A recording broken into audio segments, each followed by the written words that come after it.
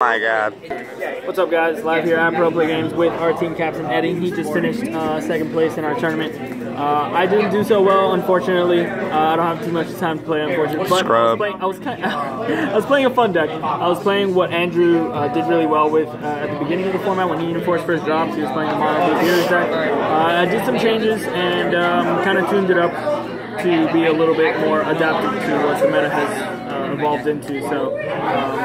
I got about I finished like 12th place. We had like 50 players, so it's a pretty significant amount of players. Shout out to the Dragon Ball community here in Florida. It's been fantastic. Everybody's been showing a lot of support, and we've been having great turnouts. And I really had some time to play today, and it's fun. This is the most fun game for all you Yu-Gi-Oh players, Pokemon players, Vanguard players that are all on this channel. If you guys haven't checked out this game, check it out, because you can play so many different things, and it's so diverse, and you can do really well if you really know your deck and you have a passion for it. So this is the deck that I ran with today.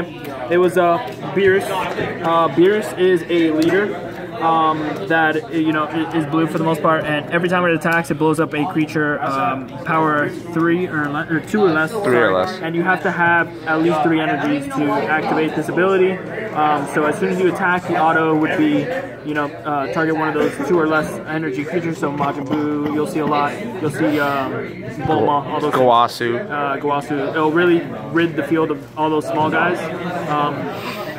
That's kind of significant. It's not too significant. For the most part, all you want to do is awaken with this leader. And once you awaken, obviously the draw 2. And this is one of the leaders that does draw when it attacks. It's not like Cell. I'm sorry, this is very hard to see. But, it's got the 16 ability to win the game, which I think I did do once, actually, during the whole tournament. Out of 6 rounds, I did it once, the very last round. It's very hard to pull off for the most part. You normally just drop Whis on 12 and that's game. But if you end up prizing a Whis and charging 2 or something, then that's usually your go-to. And then the other side, when it attacks, you can also KO a battle card with 3 or less, I believe. Yeah, 3 or less and KO it. So it goes up from 2 to 3, which is not too significant. I really wish that this would be like 4 or less to KO, but it's still pretty good to rid the way out of a lot of annoying things like the Gotenks that makes you discard a card. The pseudo Gotenks, essentially. Yeah, the Android. Yeah, it was important against a deck that was playing the hit and the lightning fast hit. I was able to kill the hits and all that stuff. Like, 3's pretty good. It's not the best, but whatever. And it goes up to 15. So enough about the leader. The main reason why we play this is because of Whis, but I'll get to that later. So we play 4 of the Gowasu, the god, the level 1 god that can get you more gods. Significant thing about this is that it can get Piccolo. Other than that, it's just it also is really good because you can use it with the other the Great Priest to put it in your mana zone, because it is a god, so it fetches itself. And you can put it in your mana if you drop the 7-drop, do that, and it's a 5k bump. The other 1-drops that we play, these are the only 2 1-drops. Bulma. Ice cream party. Yeah, the ice cream party. And she brings out the more ice cream. Different Whis. Yeah, the 2 different Whis. The Whis with the ice cream and Whis without ice cream. The dabbing Whis. The dabbing Whis. So the dabbing Whis is really good. Eddie was calling me crazy because I was only playing 1. He thinks that I should be playing 3 and 3, which I'll probably try. This guy was really good most of the time. A lot of times I would charge him. It depends on the matchup, honestly. It's not fantastic all the time. This seems a lot better most of the time. But regardless, in a game, you want to always be summoning this on turn 3 normally, because objection is turn 2, and then you play this turn 3. And then afterwards, maybe like on turn 5 or 6. But this guy's really good because he always gives you a standing mana, which is fantastic. And then this guy is just really good to, it's just protection. A lot of the time, you don't tap out in this deck, really. You always have extra mana just chilling. So this is very good just to slap down and just not have to worry too much on your opponent's turn about like comboing, all that stuff. You just have a free block there. As far as the 4-drops go, we played... this is to add on to these 4-drops. It was for Beerus. This Beerus is just removal. I was playing 2 at one point, and then after 3, and then I'm playing 4. This card is just your only really source of spot on removal when it's something that you need. Double Strike is okay. You're never really attacking with this deck, so you don't really. It's not too significant that it has. It's not anything significant, but it is a god, so you can search it and you can mana it. So get rid of the Gohans as well, guys. You don't want to attack the Gohans. Don't forget, they combo out, it'll kill you and you lose 2 life. So it's a good board removal card. Yes, Gohan, you cannot keep that on board for the most part. I did lose to that card a lot. Next up for the big dudes is this is our 7-drop lineup. So this is our like mid-game-ish, you know, type game plan, I guess. Now there's 2 different things that you want to be doing around turn 5, turn 6, which is God of the Gods, Great Priest, which is also a god and can put all the gods, you know, all these guys, everything but Bulma, really, into your mana zone to accelerate your ramp. So by, you know, turn 6, 7, you know, you can do something big like drop a Whis or drop a Beerus or something like that. And then the other big guy that we play that's really significant is the Zeno. Zeno, the playing god. Zeno is fantastic. The only negative part about him is that he has 0 combo, so he never combos for anything. And a really good thing about this is, for example, today my opponent had an Android 17 that doesn't let you awaken or draw off awaken. So if they really start, you know, overwhelming you with board presence, or really have an advanced board game, or just have too many cards in hand, or you have 0 cards in hand, then this card shines particularly strongly because it just resets the board, takes the whole board, takes your whole hand, puts it back in the deck, and both players draw, shuffle up, draw 5. Fiber jar. Yes, this does stay on board though, so you are kept with a 15k. Normally, this is the board state. You'll usually be awakened, and you won't swing. Obviously, you drop this. Then you put everything back, then you can swing with your leader, so you always net a card. You'll be up 1 card on that. Or a lot of times, like for against the Android 17, where I wasn't awakened yet and I was at 4, I would drop this, shuffle everything back, then draw 2, then draw 1. So I'd be left with 8 towards my opponent's 5, but this card is extremely important. And you clear their board. Yeah, and you clear the board, which is fantastic. And then you could always get in for 15. 15 matches up with the other side of the leader, so you could always get another card out of that. And you normally want to swing before this to get some cards out of the life, because you're going to go put them back anyways. But like I said, in this deck, you don't really swing because you don't want to give your opponent any cards to accelerate their game state. Now, as far as the end game, we have... oh, sorry, not the end game. This is actually a 5-drop. I missed a 5-drop, but the 5-drop is another thing that you want to be doing turn 4, turn 5. I went with Prince of Speed, Vegeta. Now, this card is very good because in this deck you just get rid of your hand a lot because of objection and you know, other things like that. You always have to like play from behind because you're always like comboing out your opponent, making sure that you're not taking too much life. You're taking life, but not taking too much life. So it's really tricky of a deck to play. It's not very easy, so I wouldn't really suggest it to starter players, but this is something that really helped me out throughout the whole tournament. It just helps you dig for answers, and it's just good old pot of greed for all you Yu-Gi-Oh players. You know, play it, drop it, fantastic. What's not to love about it? It's got double strike, so you can go hard, the pain if you need to, and it's got 20k, so you can always attack their battle cards or something like that. And it's Vegeta, guys. And it's Vegeta. Who doesn't love Vegeta? Yeah. Especially this guy. Goku. Now, this is our end game finisher. This is the highest point that we ever get to. This is the whole way that you win the game. This is the whole reason why we play Beerus as a leader, because this guy will not work without Beerus by his side. Now, this guy has quadruple strike, which is the only card, I think, in existence that has this ability of being able to deal 4 damage on a swing.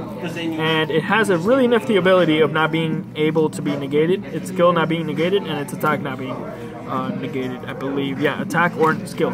So, no negates, no cold bloodlust, no nothing. When this guy is playing down on the board, the only thing you can do is Crusher Ball, and I'm still taking my extra turn. So, this guy just completely dismantles the opponent, and if that's not enough, he gives you an extra turn. So, if you don't kill them that turn, you're going in again. Yeah, Time Walk is pretty good. So, fantastic card. At 40k, it's also really big, really hard for your opponent to combo out of. But we only play 3 of this guy. You normally charge 1 or 2, and you end up seeing the other one. But like I said, if you don't see him, you have a bunch of double strikers that you could eventually get there with. But, you know, this is ideally how you want to win a lot of this. And then one more win condition. This is the real guy. The Ultimate Force, Vegito. Now, this guy is fantastic. I only dropped him once, right after the Whis. I took an extra turn and then dropped him. I actually dropped it against him. But this guy's really good. I didn't really like Zamasu. I didn't really think Zamasu was like a game ender, really. I just thought it was something that you can grind your opponent out with. But at 10, I don't really want to grind my opponent out. I kind of just want to win at 10. So this doesn't immediately win you the game because I mean they can negate, and like combo out of the last one or whatever. So it's not it's not like just a win when you slap it down, but it's something that as a one-of, it's definitely something that you can utilize somewhere in the game. So this is something that shout out to Andrew Calderon too, the innovator of the deck. He kind of suggested this as well, so I went with him on that pick. And like I said, I only dropped it once with the Whis, but it seems really good in theory. Might replace it, but I only really got to play once. Now for the events, these are the cards that are not battle cards. Negate, you need to play 4 negate. There's no really ifs, ands, or buts about it. 4 beams. Yeah, fantastic card. You just don't lose the go to, and it's actually really unique because you can go objection. You can go turn 2 objection. Put down a card that's untapped. Swing with your leader. Sensu Bean, bring up another card, and then objection again. So if you open up double objection, Sensu Bean, that's a significant ramp. So it's something that you can do. It depletes your hand a lot though, so you normally want to have access to a Zeno to replenish your hand if you end up doing that. But that's some hard ramp, especially followed by a Whis. So it's really good. Take it off my credit, please. Now, obviously, it's free. This is a god. That's the only thing that I'm gonna really mention about this card because that's the only thing to mention about this card. Other than it's a staple in every player. Gowasu gets it. And now, a lot of people call me crazy for playing this, including Eddie. Like everybody's like, "Don't play this card. Why are you playing this card?" Blah blah blah. Like this card is essentially the same thing as a negate, which is Weird Coercion. Same thing, but like you get 2 of them essentially. So you're paying the 2 mana essentially at the start. That's your investment cost, and then if you're stopping that attack, so something that Weird Coercion would have done for 1, but you're doing it for 2, and then you don't, your opponent's not going to do it again. I mean, like, your opponent can't attack with the next turn again, so you don't actually have to use any mana next turn.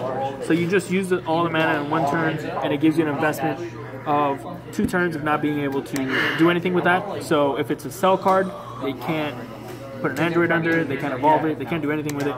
And really cool interaction with Beerus is you can Mafuba the card, right? It does nothing, and then when it comes off of Mafuba, it can go. It gets unrested or whatever, and if it's a 3-drop or whatever, you can go attack with Beerus and then destroy it. It's also this card is really good with sell because you can Mafuba it, leave it out, and then once it gets off of Mafuba, it's your turn. So you don't have to really, it's free for you to interact with it, and it's not really posing a threat to you until you pass your turn and not do it. So really good interaction also with Beerus. So you can go and actually play this Beerus and kill it, or you can just pop it up with the J rule with the leader if it's 3 of those. Shout out to Andres Alba too. Make sure you guys are subscribed to our Facebook because we have a ton of memes that you guys are really enjoying with this card, man. So make sure you guys are subscribed to us. Andres, get back in the Mafuba. Oh yeah. No, shout out to the Mafuba jar, brand new YouTube channel. Really cool guys. TCG Evolutionaries they used to be for Pokemon, and now they just started a YouTube channel. So go give them a subscribe if you guys haven't. They're going to be really big with Dragon Ball Super content. Last card I played was Result of Training.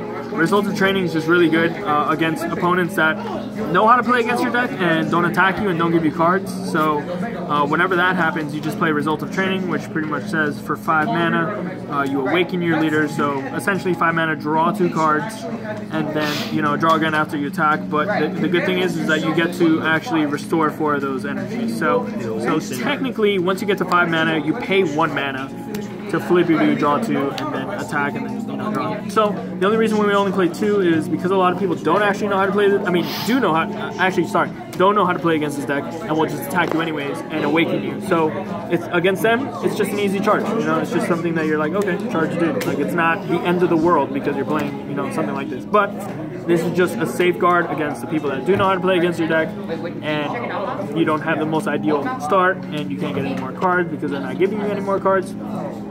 Then Result of Training is something like that. But other than that, like I said, it was a fantastic turnout. It was really fun. We played 6 rounds. The most Dragon Ball I've ever played, for the most part. I've only played in like the really small tournaments, and or haven't finished playing in any of the tournaments. But this was something that I was able to stick through to the end. I played 6 different decks.